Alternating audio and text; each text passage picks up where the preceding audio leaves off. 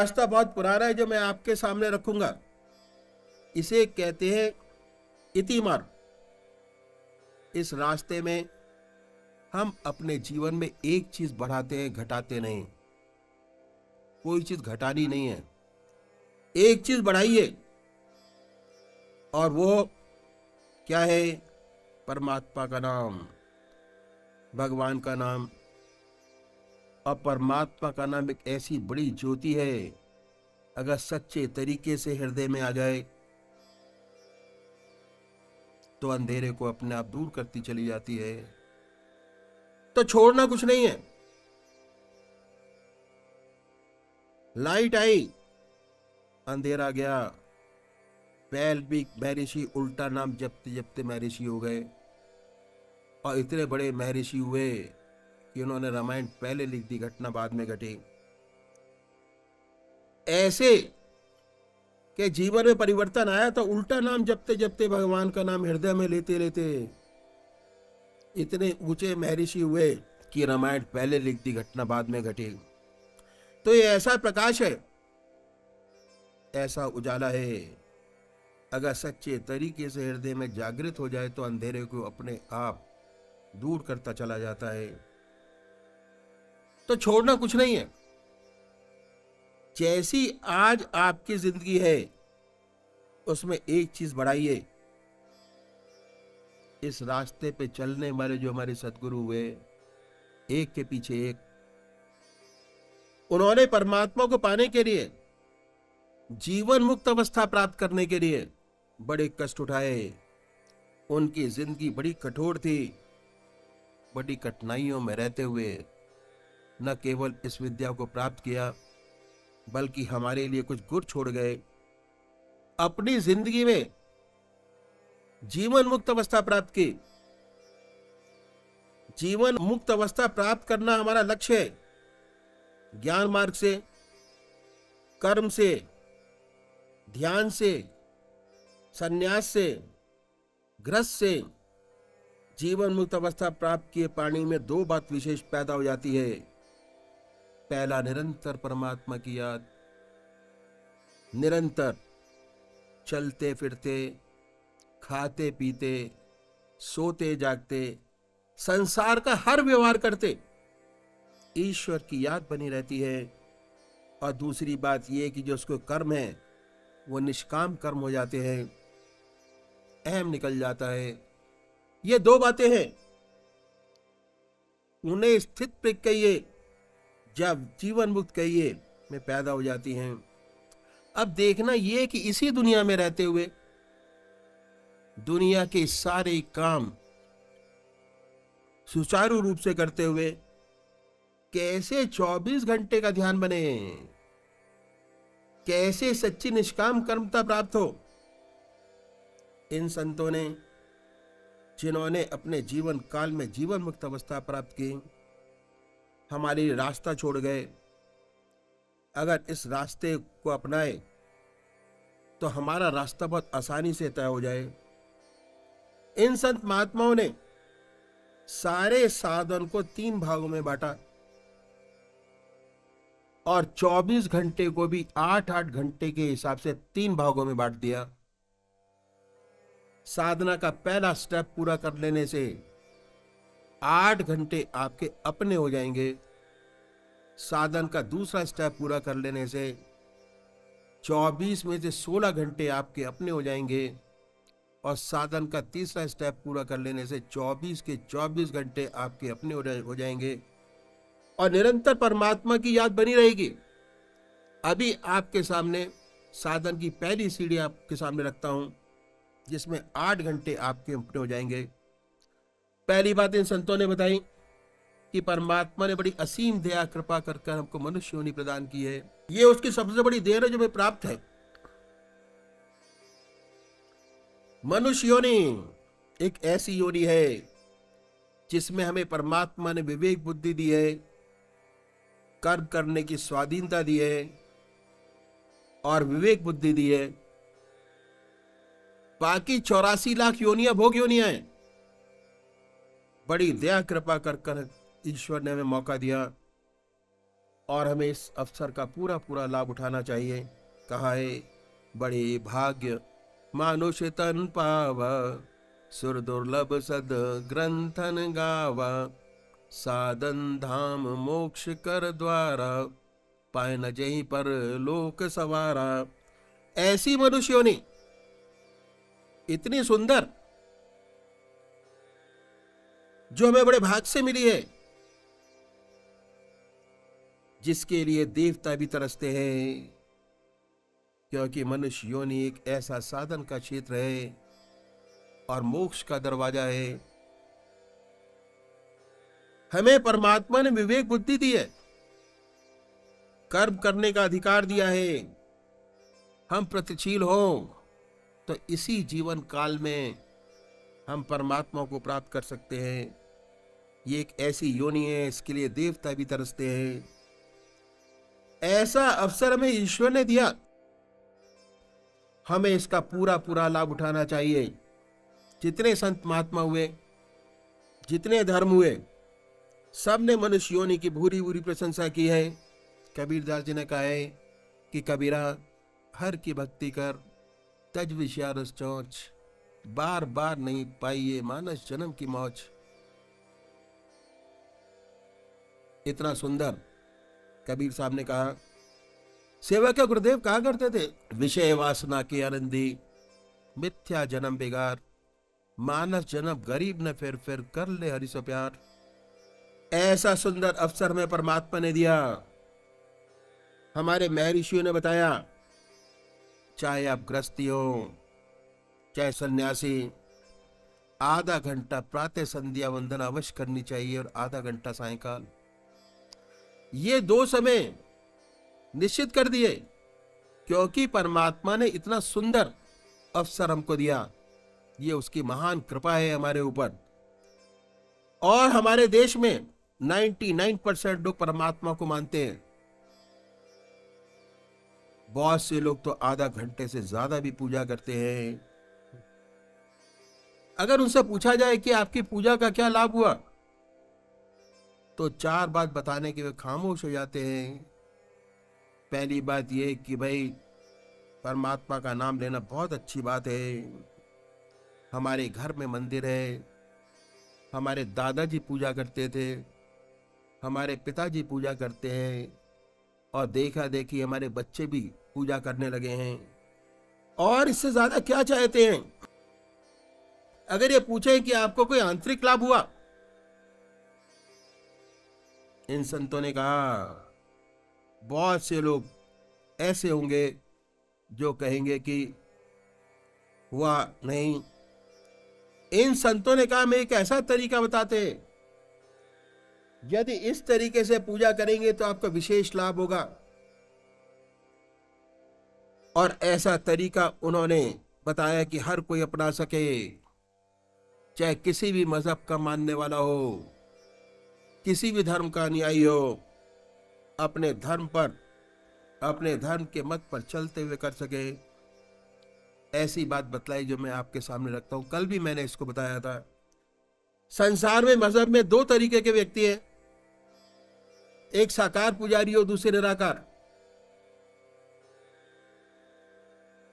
बहुत पुराने जमाने से चले आ रहे हैं, कोई नई बात नहीं। इनमें आपस में वाद विवाद भी होते हैं और झगड़े भी होते हैं, लेकिन आज तक सब होते हुए कायम है। बात ऐसी है कि मनुष्य का स्वभाव कुछ ऐसा ही है। किसी को चेहरे से प्यार होता है, किसी को शक्ल से प्यार होता है, किसी को मूर्ति से प्यार होता है, किसी को मूर्त से प्यार होता है। जिन लोगों को शक्ल से प्यार होता है वो है साकार पुजारी, और कुछ लोगों को शक्ल से प्यार नहीं होता, वो है निराकार। इन संतों ने दोनों के लिए रास्ता बताया। जो साकार पुजारी है उसका सबसे प्रथम कार्य एक इष्ट का निश्चित करना। परमात्मा को वो नाम इष्ट कहते हैं उसको, जो आपकी आत्मा को सबसे प्यारा लगता हो। अपनी आत्मा से पूछिए कि भगवान की कौन सी मूर्त ऐसी है जिसमें आप परमात्मा की सबसे ऊंची भावना डाल सकते हो, उसे अपनाइए, उसे अपना इष्ट माने, उसी को याद करें, उसी की पूजा करें, उसी का ध्यान करें, उसे बदले नहीं। ऐसा नहीं कि आज आप राम की पूजा करें, कर कृष्ण की, कभी मां की। अगर रोज रोज बदलेंगे तो इसका विशेष लाभ नहीं होगा। दरअसल में पूजा का जो असली मकसद है वो है चित्त की एकाग्रता प्राप्त करना, कंसंट्रेशन ऑफ माइंड। और उससे ऊपर उठे तो मैं कहूंगा चित्त की वृत्तियों का निरोध प्राप्त करना। ये जब ही हो सकता है जब आपका एक इष्ट हो। पूजा कैसे करें? कुशा या कंबल का आसन हो, बड़े आराम से बैठिए, धूप बत्ती अगरबत्ती जलाएं, साफ सुथरी चादर बिछी हो। अगर स्नान नहीं कर सकते तो पूजा ना छोड़ें। अगर स्नान नहीं कर सकते किसी वजह से तो मुंह हाथ धोकर बैठें। फिर कल्पना करें कि हमारा इष्ट सह शरीर हमारे सामने विद्यमान है। कोई भक्ति भरा भजन गाइए, और गाने में शर्म आती है तो भावना बनाए। उसके बाद क्या होगा? जैसे ही आपने भावना बनाई, भजन शुरू किया, वैसे ही आपके वहरमुखी विचारों की दुनिया से मन हटकर उस भजन में लगेगा और ईश्वर में लगेगा। पहले बाहर देखिए अपने इष्ट देव को, और जब ध्यान बाहर की तरफ बन जाए, उस पवित्र मूर्त को अपने हृदय में उतारिए, बड़े प्यार से, इतने प्यार से कि ना कोई दूसरा विचार रह जाए, ना ख्याल। तल्लीन हो जाइए उसमें। मेडिटेशन, ध्यान। आज ध्यान करेंगे तो कम लगेगा, उसी प्रैक्टिस को दोबारा करेंगे तो थोड़ा ज्यादा लगेगा। ऐसे ध्यान की अवस्था प्रगाढ़ होती चली जाएगी, और जितने टाइप पर ध्यान में बैठेंगे आपका मन और आपका ध्यान लगेगा। इतने प्यार से करिए, उस पवित्र मूर्ति को हृदय में उतारिए, बैठाइए प्यार से, कि ना कोई दूसरा विचार रह जाए, ना ख्याल। ऐसे लय हो जाइए, तल्लीन हो जाइए उसके अंदर। उसके बाद क्या है कि हमारी आत्मा हमारे मन को देखती रहती है, बताती रहती है कि हम क्या कर रहे हैं, क्या सोच रहे हैं। जब मन हट जाए फिर पकड़ लाइए और इस मूर्ति पर जमाइए। एक समय ऐसा आएगा, अभ्यास करते करते ना कोई विचार रहेगा, ना ख्याल। और जब चेतन अवस्था में लौटेंगे, उसी के ध्यान में लौटेंगे, और उस समय आपको बड़ी सुंदर अनुभूति होगी कि आपका हृदय मस्तक आनंद से भर गया। जितना मस्तक पर भार था वो हल्का हो गया। ये पूजा का तरीका जो इन संतों ने बताया, दूसरे को भाई है। यदि ऐसे पूजा करेंगे तो आपको विशेष लाभ होगा, चित्त की एकाग्रता प्राप्त होगी, कंसंट्रेशन ऑफ माइंड। उसके बाद रास्ता सुषुप्ति का है। जैसे ही इसमें डूबना शुरू करेंगे, सुषुप्ति की अवस्था आपकी आएगी, और उसके बाद सुषुप्ति से सहज समाधि में प्रवेश करेंगे। दूसरे वो भाई हैं जो निराकार भगवान के उपासक हैं, परमात्मा की मूर्ति को नहीं मानते, वे नाम को पकड़े और उस नाम को चुने जो आपकी आत्मा को सबसे प्यारा लगता हो। किसी भी नाम को पकड़ लीजिए, उस नाम को चुने जो आपकी आत्मा को सबसे प्यारा लगता हो। कोई ना कोई नाम से तो याद करते होंगे, हिंदू भाई ओम नाम, मुस्लिम भाई अल्लाह, सिख भाई वागुरु, क्रिश्चियन भाई क्राइस्ट या गॉड। जो आपकी आत्मा को प्यारा लगे उसको पकड़े। उसके बाद आसन तो वही है, सुख आसन से पलौथी लगाकर बैठे, बड़े प्यार से परमात्मा से प्रार्थना करें कि हे प्रभु, तेरे चरणों में विश्राम चाहता हूं। उसके बाद ये ख्याल करें, सुख आसन से बैठे, हृदय की तरफ निगाह रखें, हार्ट के सामने निगाह रखें नीचे, और ये महसूस करें कि आपके हृदय की जो दुख दुख करता है, उस हार्ट बीट से ओम नाम निकल रहा है। जो नाम आपने चुना है वो निकल रहा है। हृदय की हर धड़कन ओम कह रही है और निकल रहा है, पूरे शरीर में वाइब्रेट करता है। महसूस कीजिए इसका वाइब्रेशन आधे घंटे के लिए। कितना सुंदर समा बनता है कि यह गूंगे का गुड़ है। अगर गूंगे को गुड़ खिला दिया जाए तो महसूस कर सकता है, इस चीज को बता नहीं सकता। अनुभव युक्त जीवन परमात्मा ने हमें दिया है। जैसे जैसे इस रास्ते में बढ़ते चले जाएंगे, वो आपको प्रेरणा देगा कि इसके आगे बढ़िए, आगे और करके देखिए, कितना आनंद का रास्ता है। और ओम का नाम निकल रहा है, जो नाम चुना है वो निकल रहा है। हृदय ओम ओम कह रहा है, जवान नहीं कह रही। ऐसी अवस्था शुरू में मानसिक जाप कर सकते हैं मन से।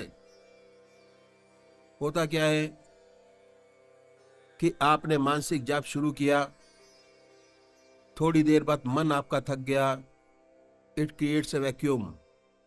लग रहा है कि जाप चल रहा है, पर जवान जाप नहीं कर रही। मानसिक जाप शुरू हो जाता है, करके देखिए। उसके बाद ऐसी हालत पैदा होती है कि ना कोई दूसरा ख्याल रहता, ना विचार, उसमें ऐसे तल्लीन हो जाते हैं, अपना होश नहीं रहता, अपने आप से गायब, विचार शून्य अवस्था। जब चेतन अवस्था में आते हैं तो वही नाम सुनते होते, हमें एहसास होता है बड़े आनंद का कि हमारा मस्तिष्क आनंद से भर गया। जितना मस्तिष्क पर भार आज था वो हल्का हो गया। ये है तरीका, इन संतों ने बताया कि अगर ऐसे पूजा करेंगे तो हमें विशेष लाभ होगा।